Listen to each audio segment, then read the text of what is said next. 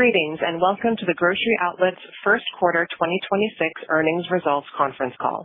At this time, all participants are in a listen-only mode. A question and answer session will follow the formal presentation. As a reminder, this conference is being recorded.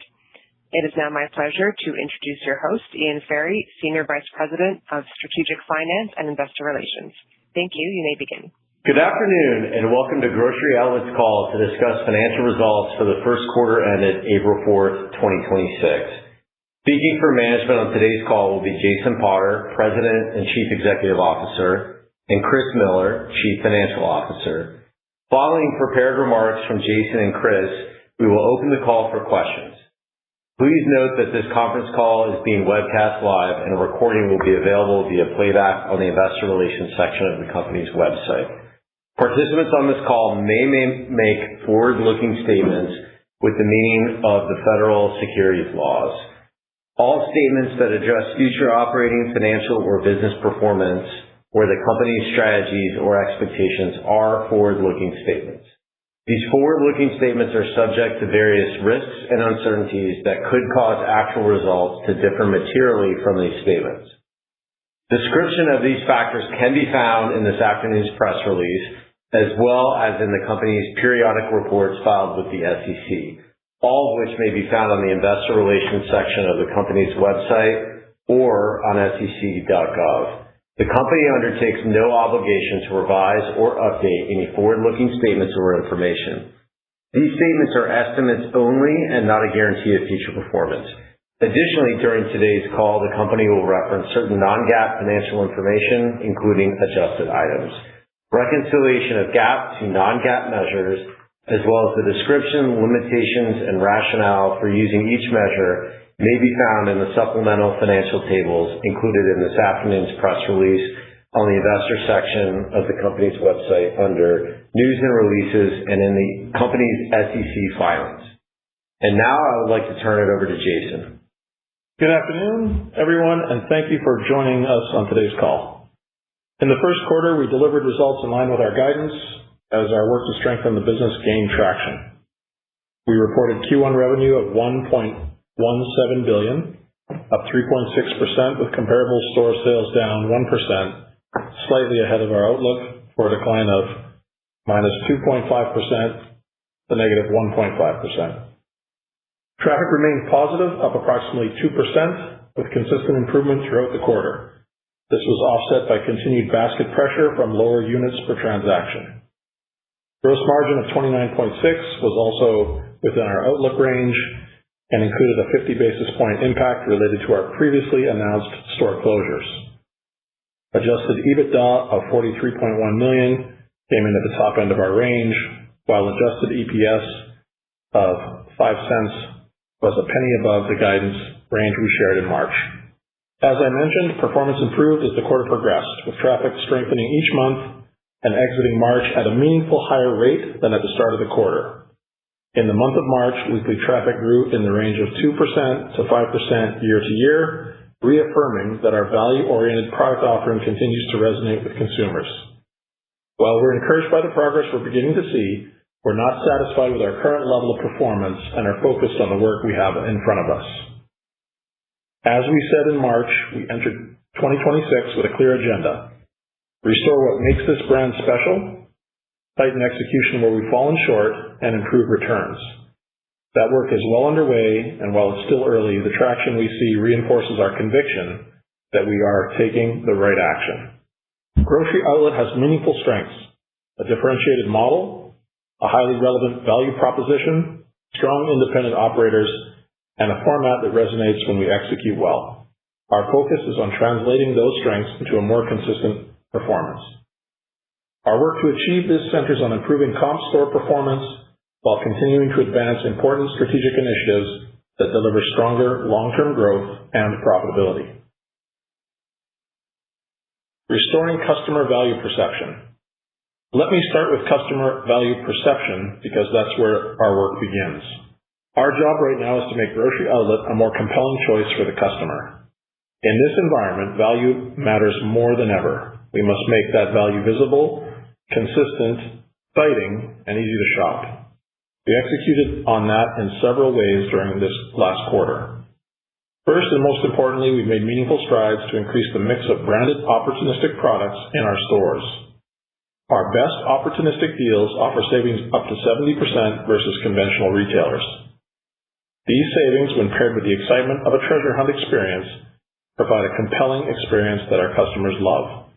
Since the start of the year, we've increased our opportunistic mix by nearly 2 percentage points, with meaningful improvement across inventory, shipments, variety, and sales. We've made meaningful progress by improving our sourcing, increasing product visibility, and helping operators further differentiate their stores.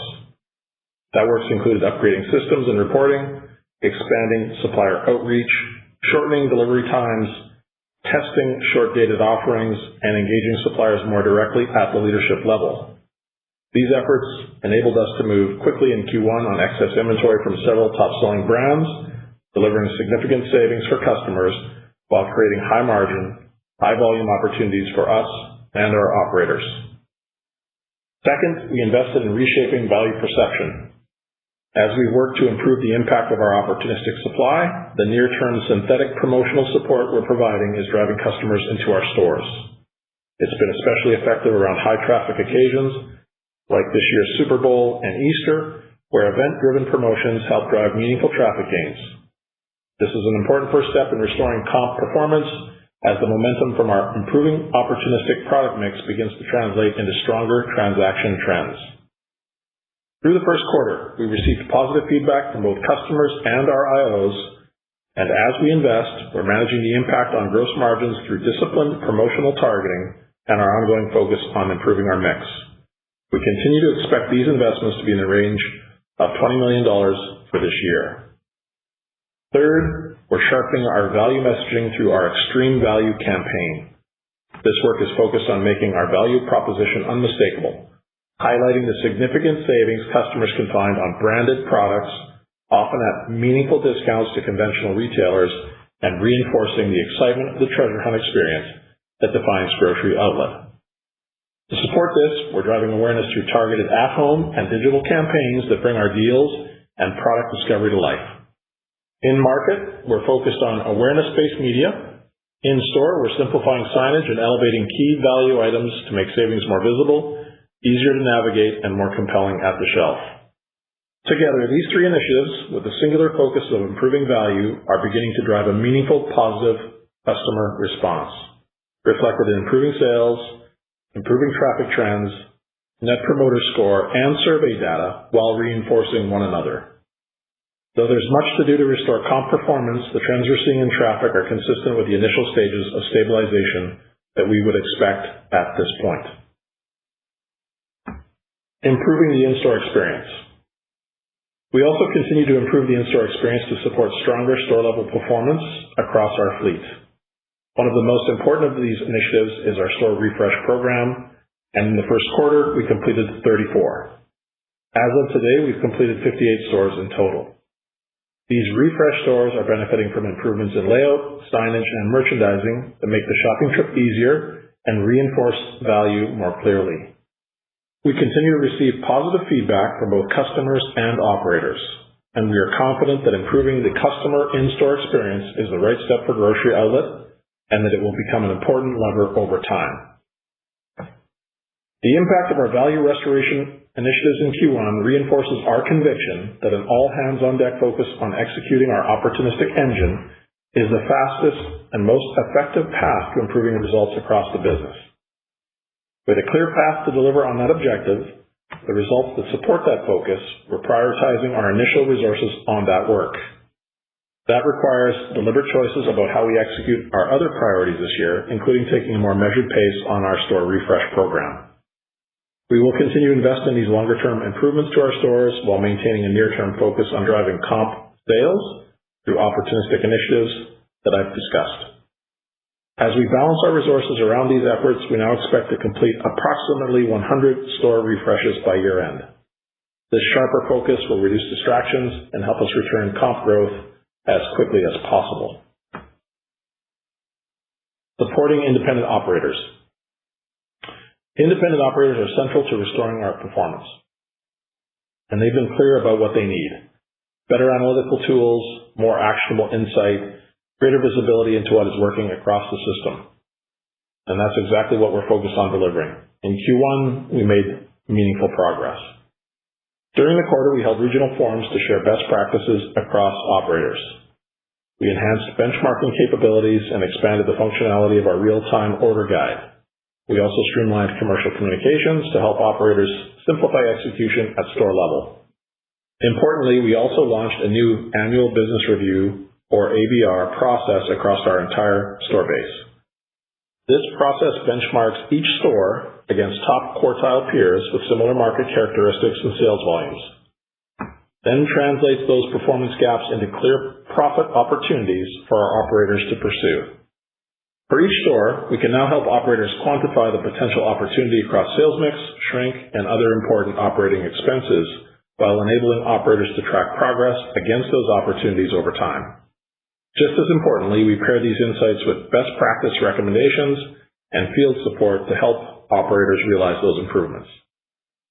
While company-wide margin performance in Q1 was impacted by strategic promotional investments as well as inventory liquidations associated with our store closures, we're encouraged by the underlying operational trends we're seeing at store level.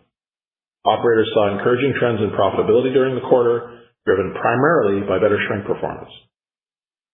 If these Q1 improvements are sustained through the balance of the year, they could translate into meaningful incremental annual operator income per store. Over time, improvements like these create meaningful upside for Grocery Outlet through stronger gross profit performance across the system. Our ABR process encourages accountability while giving operators a practical roadmap to improve their business, supported by quarterly reviews and ongoing field partnership. And we believe that as operators see benefits from these enhanced analytical tools, engagement with the key company initiatives will also improve. When operators have the right tools, visibility, and support to execute effectively, the customer experience improves, store performance improves, operator economics strengthen, and the overall business should become more productive and resilient. Optimizing the store base and strengthening returns. As I mentioned earlier, we continue to drive our key strategic objectives as we work to restore comp performance. Among our most important objectives are optimizing the store base and improving our returns. As we outlined in March, we are closing 36 underperforming stores this year. These closures are now complete and have improved fleet quality and will strengthen the earnings profile of the business over time. Based on the progress we've achieved to date, we continue to expect adjusted EBITDA improvement of approximately $12 million at the conclusion of our restructuring on an annual run rate basis. We've also tightened our approach to new store growth. We continue to believe that there is substantial white space ahead for Grocery Outlet, but growth must be disciplined, productive, and supported by the right economics. That means being more selective on real estate, applying rigorous underwriting, and holding ourselves to high standards on capital returns. This approach should position us to grow from a stronger foundation and create more value over time. We're focused not just on growing, but growing in a sustainable way. Finally, as we noted in March, we're continuing to explore strategic options for UGO, and we'll provide updates when we have more to share. Securing top talent. Having the right strategy is critical to our success, so is having the right talent to execute it. We recently welcomed Jim Porterfield as our next Chief Marketing Officer. Jim brings more than 30 years of brand leadership and consumer insight experience to Grocery Outlet. Jim previously served as Chief Marketing Officer at Pinsight Media and as a Senior Vice President at Bernstein Wrynn Advertising before founding his own firm, Meaningful Works. Most recently, he's advised several well-known retail and restaurant brands, including Grocery Outlet. Jim's experience, strategic judgment, and passion for building strong brands make him the right leader to help advance our strategy and strengthen Grocery Outlet's position as one of America's most loved brands. Securing top talent is also a priority at our board level. In April, we added 2 exceptional independent directors. Francis Allen brings over 40 years of consumer and food industry expertise across brand strategy, marketing, franchising, technology, and operations. Felicia Thornton brings more than 30 years of executive leadership across grocery retail, specialty retail, with deep expertise in corporate finance, strategic growth, and operational restructuring and governance. Both new members have highly relevant experience that will help our efforts to strengthen execution and reinforce Grocery Outlet's long-standing leadership in value. Finally, in closing, when taken together, we believe that our near-term actions and continued execution against our strategic priorities position us for improved performance. While we still have work ahead, we're making solid progress that's beginning to be reflected in the business. We're executing our plan, improving consistency, and building a more durable foundation. I'm confident that the work underway will position Grocery Outlet to become a stronger, more productive, and more profitable business for many years to come. I want to thank our independent operators, our team members, and our supply partners for their hard work and their commitment.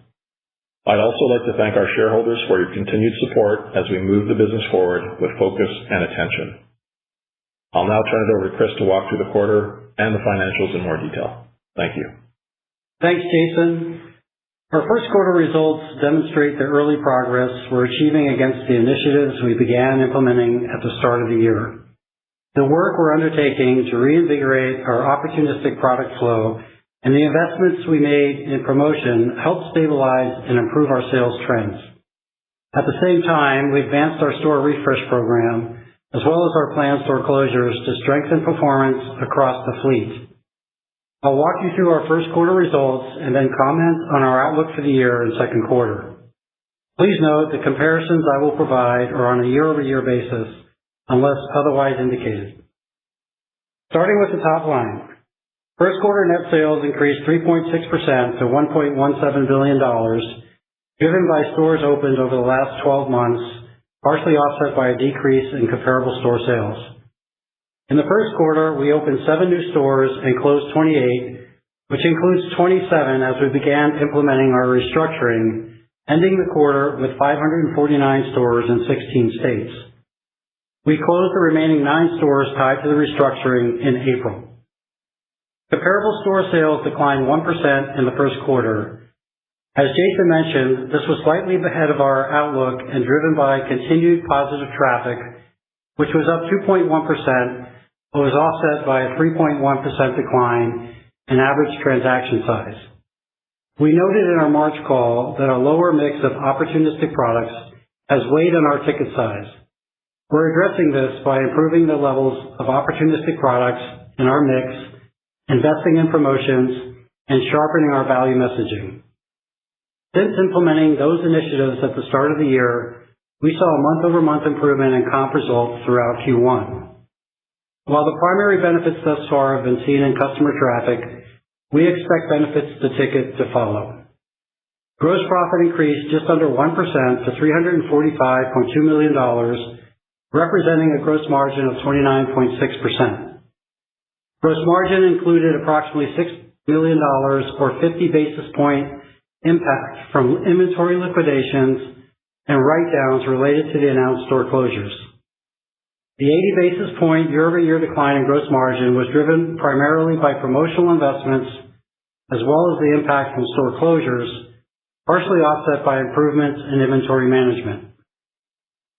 SG&A increased 4.8% to $347 million, representing 29.8% of net sales, a 40 basis point year-over-year increase, driven primarily by higher professional fees, commissions, and other costs to support the growth of the business, partially offset by lower incentive compensation.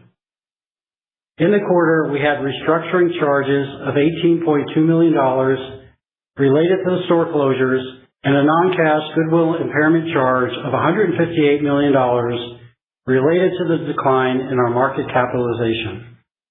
Below the operating line, net interest expense was $6.4 million, roughly in line with prior year. Our effective tax rate was 2.2% compared with 19.7% last year.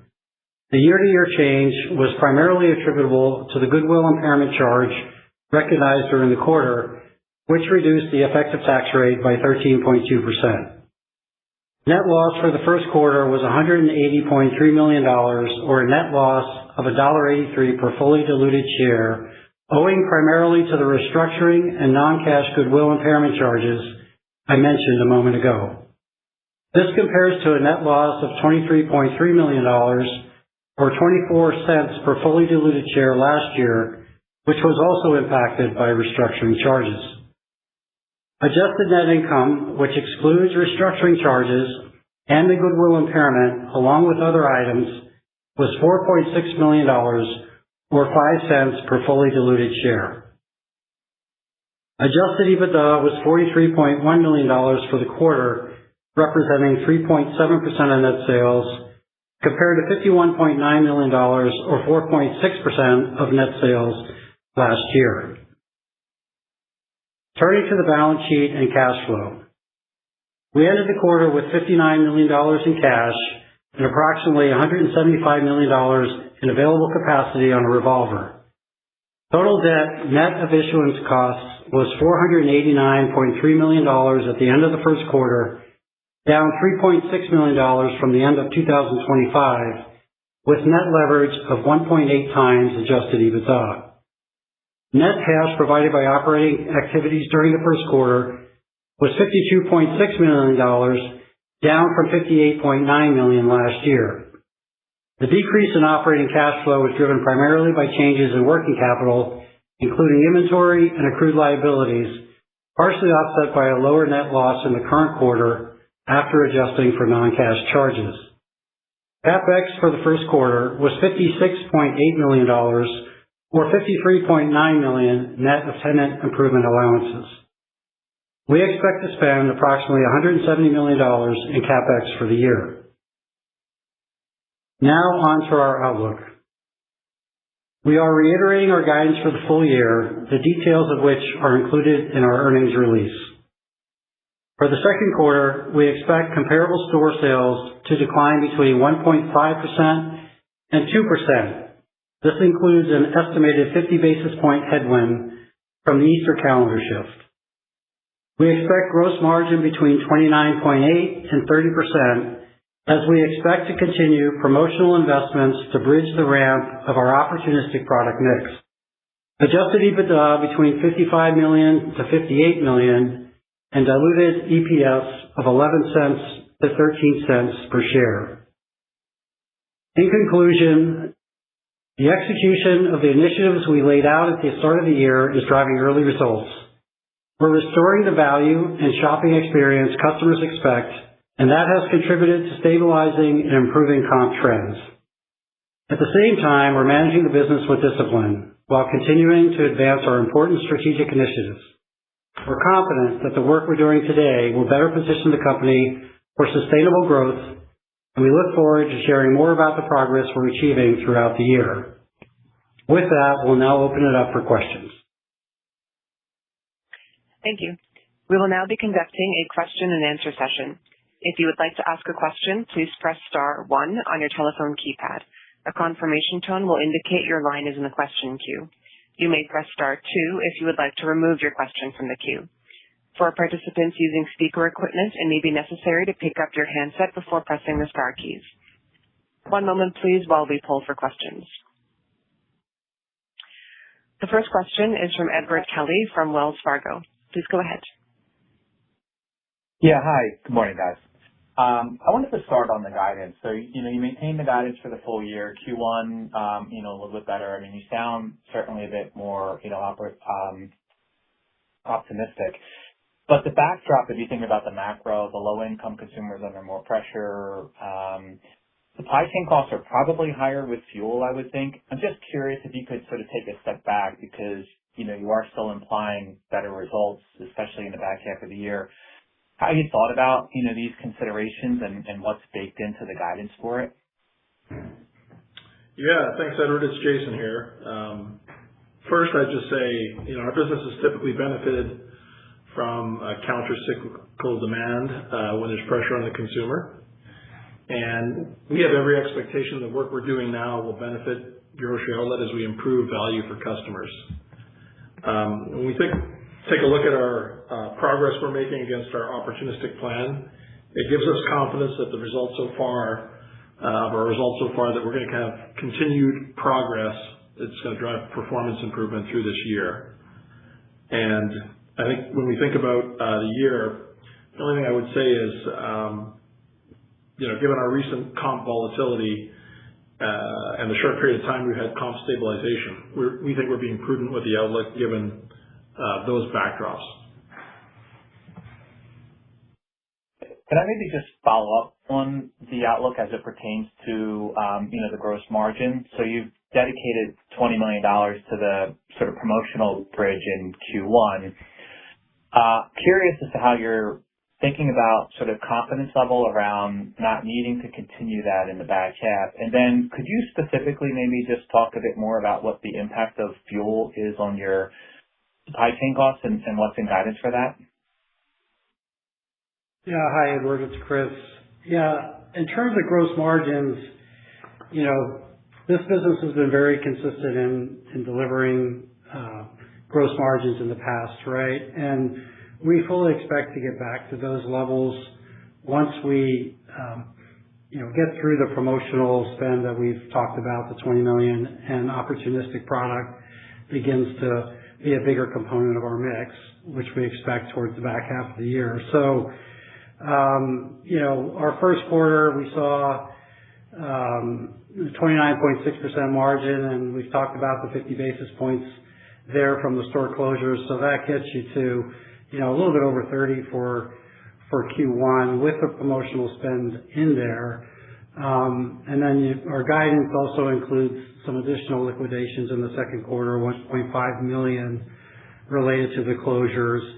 So we'll have a little bit of that in there for the second quarter and then the promotions. But after that, we start to kind of wind down or lessen the promotional spend in Q3 and then totally in Q4. So we expect to be at, higher levels of gross margin as we in the back half of the year. The impact of the fuel is not all that significant at this point. It's about maybe 10 basis points that we've seen so far. Okay, thank you. The next question is from Mark Carden from UBS. Please go ahead. Good afternoon. Thanks so much for taking the question. So to start, I wanted to dig into the store refreshes a bit. Sounds like you guys have made good progress getting to 58, but you're reducing the target to 100 this year. Just as you've deployed these, have you seen any deceleration in their comp lifts? Would just be great to get a little more color on your decision to slow these a bit and reprioritize some of the investments in value. Yeah, it's Marcus Jason here. Thanks for the question. First, I just want to say, we believe we have a huge opportunity to improve the in-store experience and execution in the business over time. And just as a reminder why, we began this journey on refresh was to improve the customer experience. The feedback we got from customers has been directly incorporated into what we're doing there, and it's intended to improve the customer experience in three ways. One, improving the ease of shop. Two, improving our in-stock and the consistency for customers there. And we've also improved the merchandising and implemented stronger signage to communicate value. What we've seen so far is in all of the executions, as we measure customer feedback, we've got improvements in perception. The operators have loved the changes and gotten, really fantastic feedback. The first group of stores that have one full quarter of sales reporting is, hitting the numbers we've been talking about. We feel good about that. This is really about pacing for us. So it's important that as we prioritize the company's resources to focus wholly on op execution, which is the fastest way for us to improve our comp sales, that this is a calibration of effort. I do want to share, though, that as we've scaled this up, we have had some more variability in sales and execution, and the team feels that pacing this to more like 100 locations will give us the needed support we need to help operators through that change. We expect that in the fullness of time, all of the stores will meet our sales expectations. Great. Appreciate the color there. And then as a follow-up, just with respect to traffic, you guys have seen a nice acceleration there. Are you seeing any meaningful differences right now in behavior between some of the different income cohorts? And just what specifically are you seeing with respect to the SNAP customer? Thanks. Yeah, I guess on the SNAP customer, still a little less than 10% of our sales. And everything we see there on EBT dollars and customers is relatively stable. So I don't think there's anything we can add at this point, where that's what we see there. Second question on traffic. Again, not seeing a big difference in kind of cohort, but continued improvement in traffic month on month as the quarter progressed. Great. Thanks so much. Good luck, guys. Thank you. The next question is from Simeon Gutman from Morgan Stanley. Please go ahead. Hi, this is Zach on for Simeon. Thanks for taking our questions. I wanted to ask about the op mix improvement. You mentioned that there was about a 2-point improvement in mix, and that has supported transactions. I'm curious why that wouldn't have translated to better units per transactions as well, since you also said UPT was still under pressure this quarter. Thanks. Yeah, thanks for the question, Zach. The reason why we're talking about op, it's the value engine that drives this company's comp sales, and we think we're on track to make that happen. Couple bullet points on the improvement in mix.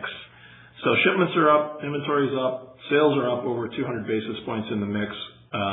We did not see a major improvement in UPT, but we did see the traffic improvement. So we feel that the work we've done on promotion, communication, and the work on op shows up in a number of ways. First and foremost, we're seeing traffic increase. Secondly, we're seeing that NPS, our value scores, increase, and we think that's directly related to the work we're doing on op. Now, as the year goes on, we expect to see improvement in basket over time. So at this point, we've had the nice bump in traffic. We see and feel that that's now on track, and we'll look to continue to see basket improvement as we work that mix.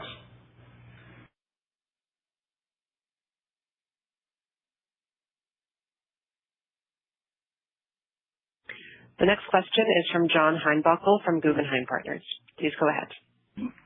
Hey, Jason, you referenced all hands on op. So I'm curious, what does that entail differently, right, than what you might have had a couple of months ago? And then what's the importance of the short-dated product, right? I imagine you can get good value, but there's shrink risk. How are you attacking that?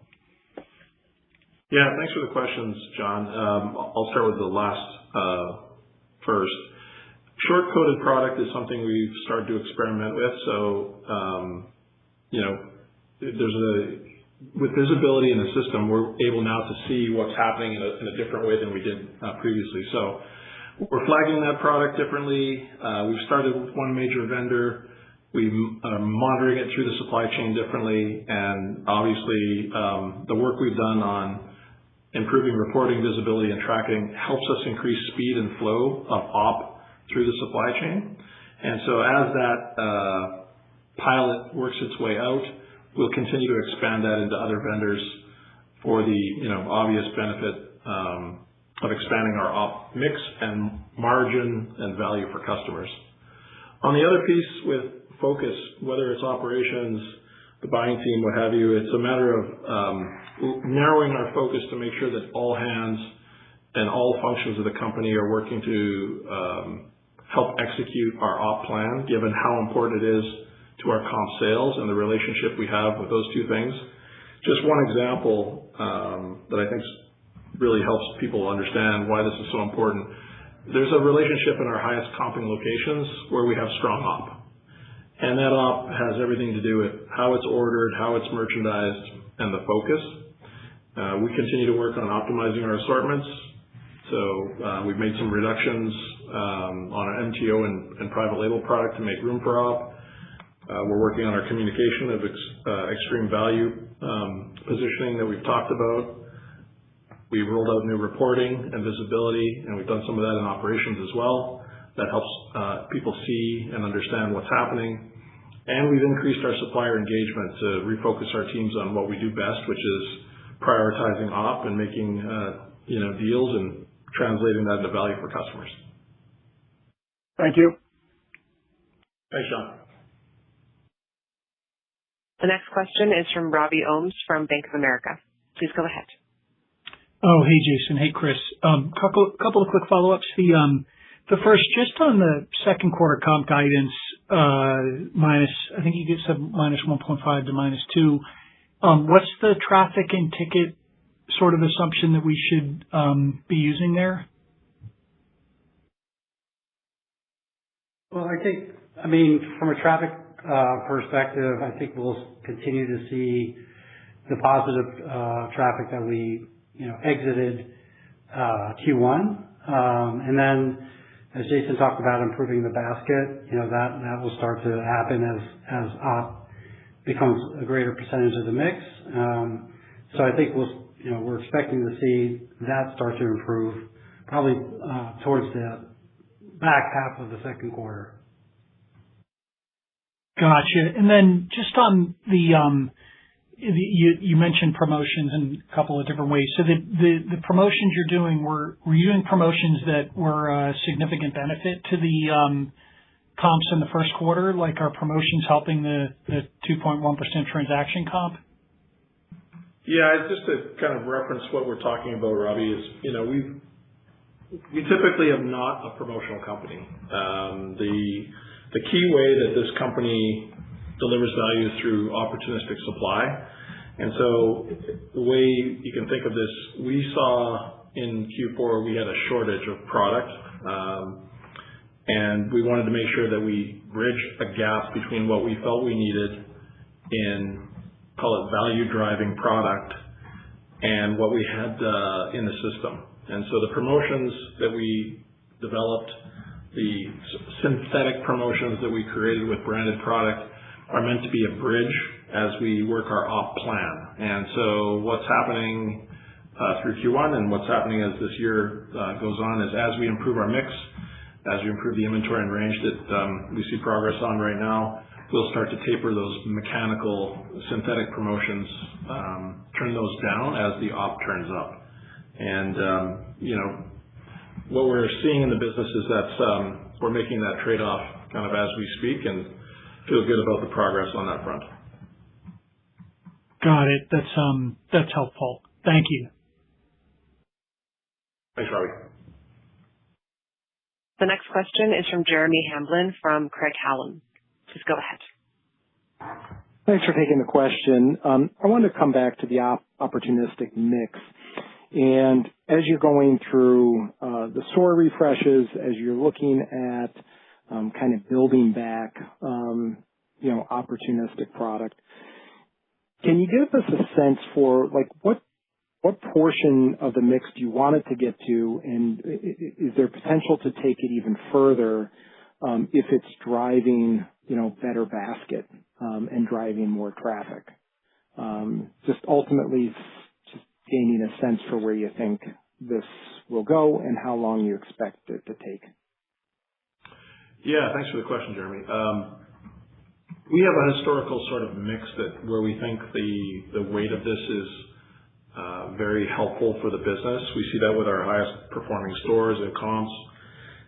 We do have, I don't think we've talked about this, but something that gets close to half and half on a mixed basis is very healthy for us. And that's as we promote the mix or talk about adding range and variety in our operations, we see improvements in the mix or for op versus, like, as an example, MTO. There's still value created with our made-to-order product, but clearly the level of discount, the level of value, and the accretion of margin is very helpful for our business. And so that's something we're just going to continue to work on broadly by category and by store. And so I'd love to see that get to, closer to a 50-50 blend. We're not at that level at this point, but where we see a high level of op, we see a high level of sales. Where is the mix blending at across the chain today?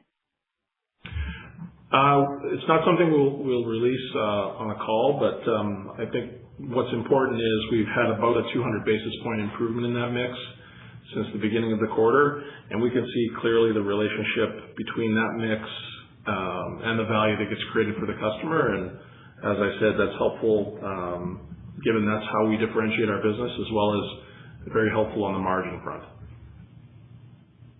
Fair enough. Switching gears, just on the UGO, strategic alternatives. Are you, at this point in time, getting a sense for what the options are with that, if there's potential bidders for that business? And can you share with us the expected time frame in which you would be able to share with us kind of what decisions are being made? Is that a 2026 initiative? Sure. Yeah, no, thanks for the question. Yeah, we're getting a sense of what the options are, and we'll share more when we have something substantial to share. Definitely a 26 conversation. Got it. Thanks for taking the questions. Best wishes. Thank you. The next question is from Corey Carlo from Jefferies. Please go ahead. Great, thanks. I was just wondering if you could talk a little bit about kind of the improvements that you saw within the quarter, maybe by month, and then quarter to date. If you could just give us kind of what you saw from a traffic and ticket perspective, because one would think that, based on you talking about the improvements and how the business is value oriented, that when gas prices rise, maybe there was an inflection in the business. So I'm curious, could you kind of talk through what you saw and what you're seeing? That would be really helpful. Thanks so much. Yeah. Thanks for the question, Corey. Yeah. Again, I think we're firm believers the business is going to get back to healthy levels of comp sales performance over time. January, as we shared in March, we believe we hit bottom after experiencing traffic erosion and sales erosion through Q4. And on the last call, we talked about expecting sequential improvement in comps driven by traffic through strengthening our net promoter scores and obviously through the op metrics that we had outlined. And that's played out as planned. And so traffic was close to flat at the beginning of the year, and we saw, again, sequential improvement. We saw a nice range of traffic in March, although we had, there's an Easter shift kind of there, something between 2% and 5% traffic on given weeks. As I mentioned in the prepared remarks, we thought we did, a really nice job connecting with the customer on some key events in Q1 that we think will help with momentum as we go forward, including Super Bowl, and we thought we had a very strong Easter. So not as much progress on the basket as was asked earlier, but we do think that as we work this plan, they will see improvements in units per transaction as op becomes a stronger part of our mix. Got it. And then I just wanted to ask a quick follow-up. So it looks like your comps were -1 in Q1, and then in Q2, it sounds like you're guiding to, I think it was -1.5 to 2. So if traffic is improving, is the offset that, I guess, the units per transaction has been lower? I'm just trying to understand the deceleration from Q1 to Q2. Thanks so much. Yeah, great question. I just think, just to share, given our recent comp volatility and the short period of stabilization we've had, we just want to be prudent with our outlook. Got it. Thank you. The next question is from Leah Jordan from Goldman Sachs. Please go ahead. Hi, thank you for taking my question. I wanted to go back to one of Ed's questions, because what has changed since we've last connected is the inflationary backdrop, but your outlook is staying the same. Just, we talked about fuel, but maybe just digging deeper on the cost side. How are you thinking about inflationary pressures in the year? What are you hearing from suppliers? Anything there? And then ultimately, how do you think about your ability to pass anything on as we move through the year in this environment, as you're still kind of working on your value messaging as well? Yeah, thanks for the question, Leah. I think, we look at the business. What's important right now is we run a basket savings gap of something between 15 and 20% with mass and 30 to 40% against conventional players. We're monitoring this. We monitor it regularly, and we're going to maintain that spread regardless of the external conditions or as they necessitate. We see and hear, whether it's a supplier's PPI index, the inflation numbers, fuel, and so on. So, if this persists, obviously there'll be some downstream effects. We feel that with the work we're doing on opportunistic supply, given its profile, the average unit retail of opportunistic product as we work the mix, that we should see a nice benefit for our customers in a period like this. Okay, that's helpful. And then maybe a follow-up separately. I wanted to go on the value messaging and marketing. A couple quarters back, right, it was an issue. You fine-tuned it here. Maybe we've had some wins around Super Bowl and Easter. But maybe you could talk about what you're doing around every day. What's resonating, what's not. Where would you say you're in that journey of fine-tuning the message and what really still needs to be done at this point? Yeah, no, thanks for the question. We've had very good success on a broad basis with awareness-based marketing. Our outdoor work as well as social search has been very effective. And for our IOs, they've been very effective in telling stories related to opportunistic product and sharing basket comparisons. So we think that those elements have resonated. We've done a bit of work on that, and we can see that our value scores are improving with customers related to the communication support that we thought was important to deliver and continue to deliver. Okay, thank you. Thanks, Leah. The next question is from Joe Feldman from Telsey Advisory Group. Please go ahead. Yeah, thanks for taking the question, guys. I wanted to go back to the version, I guess. I'm curious as to, you're getting much better traffic, which is terrific, and it seems like people are seeing the better value, but why wasn't the ticket stronger? Are people just don't have enough cash in their pockets, or, why are prices not low enough so they're still not putting in enough items? I mean, what is, it just something doesn't compute for me, I guess, on the conversion side. Yeah, no, we're pleased with the traffic improvement. Converting those trials into, loyalty takes time. We think that working our value messaging and being consistent in that experience for customers, as well as working the customer experience in the store, all of those things will contribute to more loyalty, affinity, and larger baskets.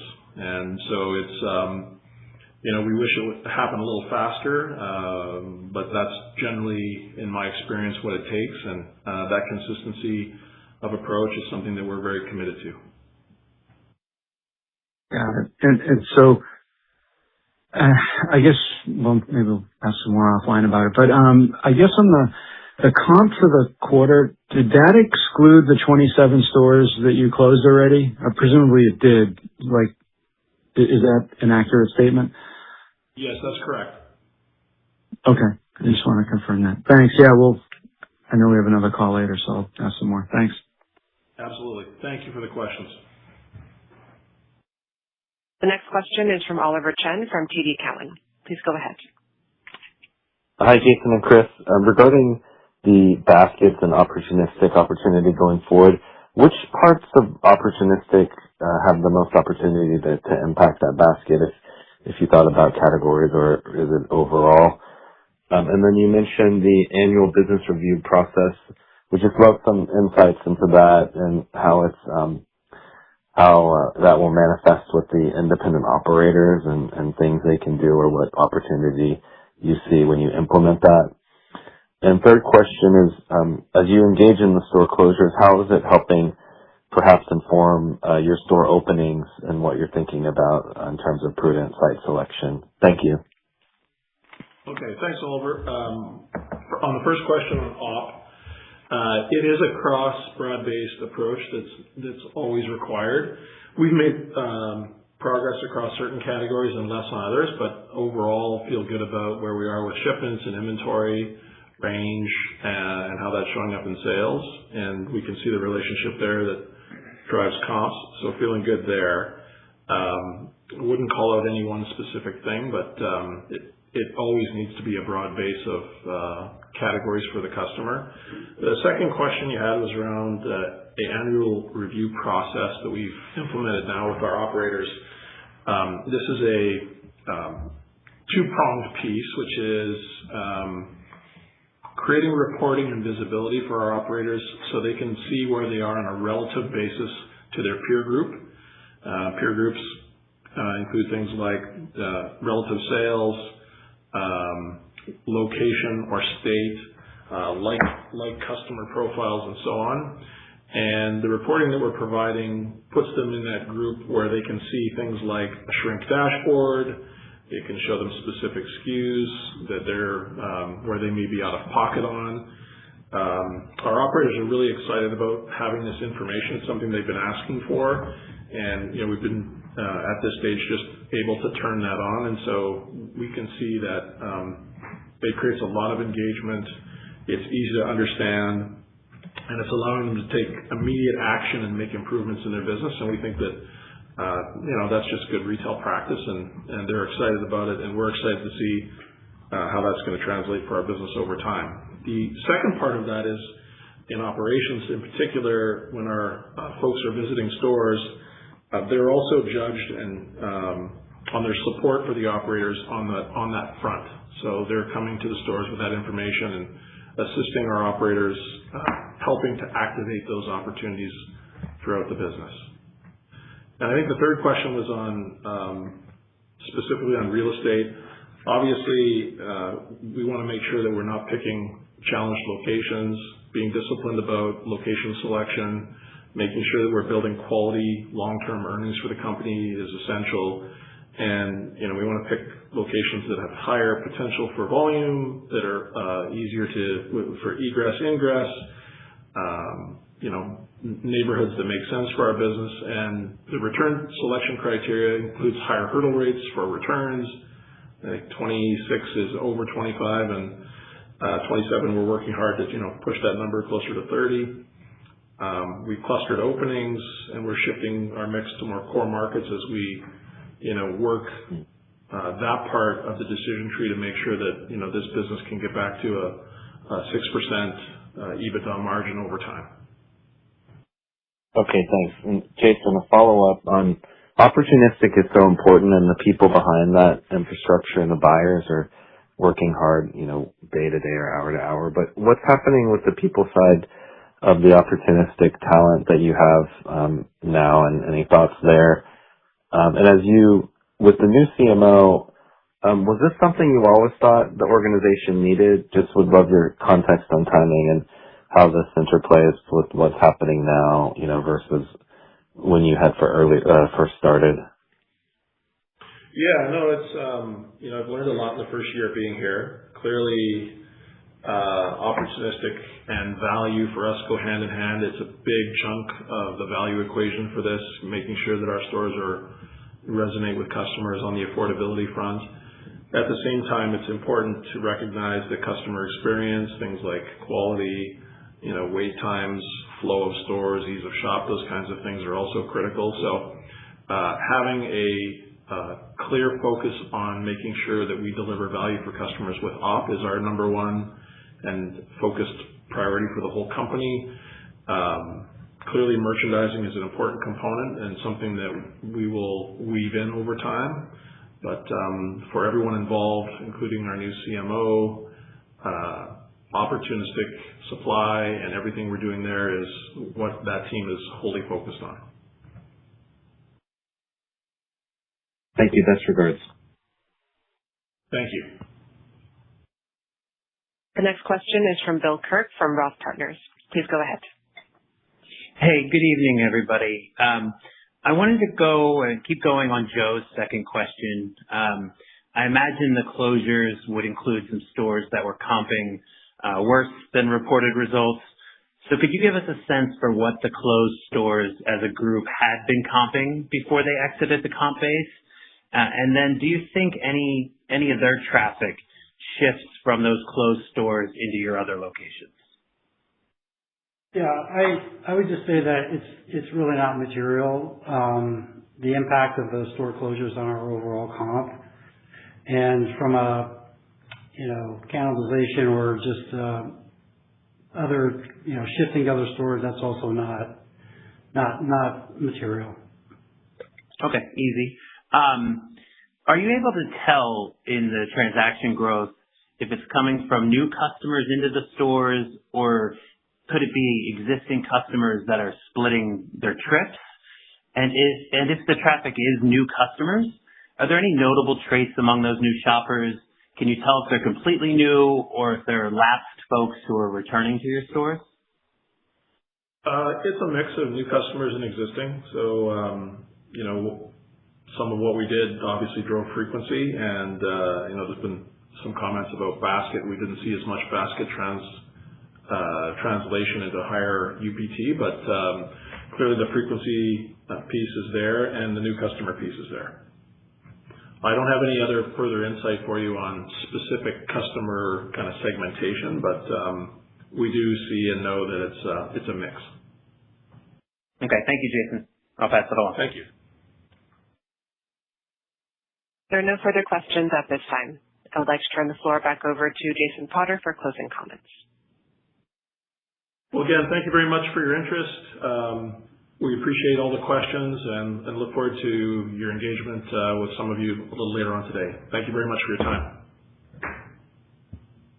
This concludes today's teleconference. You may disconnect your lines at this time. Thank you for your participation.